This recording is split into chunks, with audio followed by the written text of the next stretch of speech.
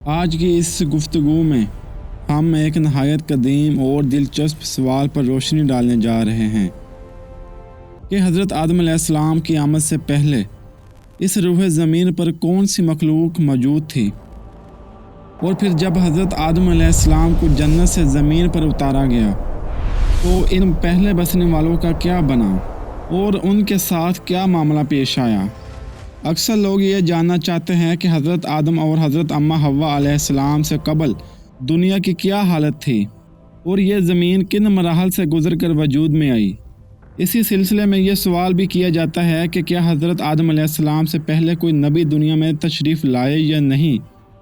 پھر یہ کہ حضرت آدم علیہ السلام کو جنت سے زمین کے کس مقام پر اتارا گیا، ان کی تخلیق مٹی سے کیوں کی گئی اور وہ مٹی کہاں سے لائی گئی۔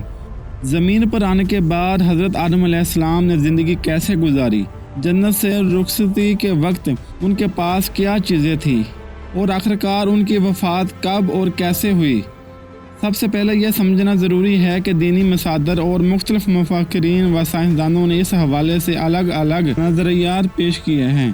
کئی آراء کے مطابق حضرت آدم علیہ السلام کو زمین پر بھیجنے سے پہلے ابلیس کو یہاں اتارا گیا تھا،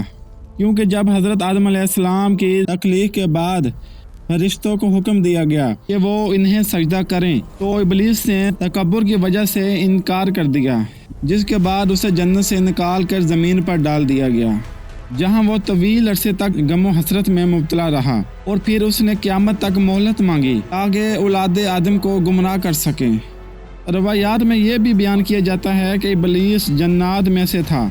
اور آگ سے پیدا کیا گیا تھا۔ اسی بنا پر یہ خیال کیا جاتا ہے کہ حضرت آدم علیہ السلام سے پہلے زمین پر جنات آباد تھے،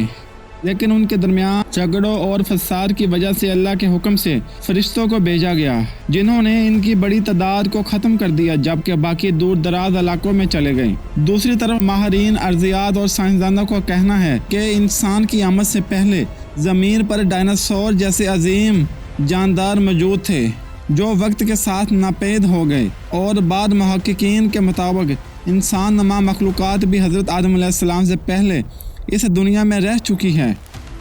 قرآن مجید اور احادیث سے معلوم ہوتا ہے کہ اللہ تعالیٰ نے زمین و آسمان کو مختلف مراحل میں پیدا کیا۔ ابتدا میں پانی تھا، پھر عرش قائم ہوا، اور اس کے بعد کائنات کی تخلیق مکمل ہوئی، اور سب سے آخر میں حضرت آدم علیہ السلام کو پیدا کیا گیا جو تمام انسانوں کے جد امجد ہے۔ روایات کے مطابق اللہ تعالیٰ نے حضرت آدم علیہ السلام کو مٹی سے پیدا کیا جو زمین کے مختلف حصوں سے جمع کی گئی تھی، اسی لیے ان کی اولاد میں رنگ، زبان اور مزاج کا تنوع پایا جاتا ہے۔ جب اللہ تعالیٰ نے ان کے جسم میں روح پھونکی تو وہ زندہ ہو گئے، اور انہیں علم، عزت اور فرشتوں کے سجدے کا شرف حاصل ہوا،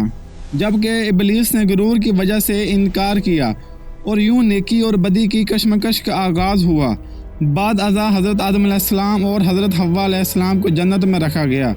لیکن شیطان کے بہکاوے میں آ کر انہوں نے ممنوع درخت کا پھل چکھ لیا، جس کے بعد انہیں زمین میں اتار دیا گیا، جہاں انہوں نے توبہ کی اور اللہ تعالیٰ نے ان کی توبہ قبول فرمائی۔ زمین پر آنے کے بعد حضرت آدم علیہ السلام نے عبادت، محنت اور زندگی کے مختلف مراحل میں گزار دیے۔ ان کی اولاد پھیلی اور دنیا آباد ہوئی، جبکہ تاریخ میں مختلف انبیاء کے درمیان زمانی فاصلے بھی بیان کیے جاتے ہیں۔ روایات کے مطابق حضرت آدم علیہ السلام تقریباً 960 سال زندہ رہے، اور ان کی وفات کے بعد فرشتوں نے ان کی تجہیز و تکفین کی۔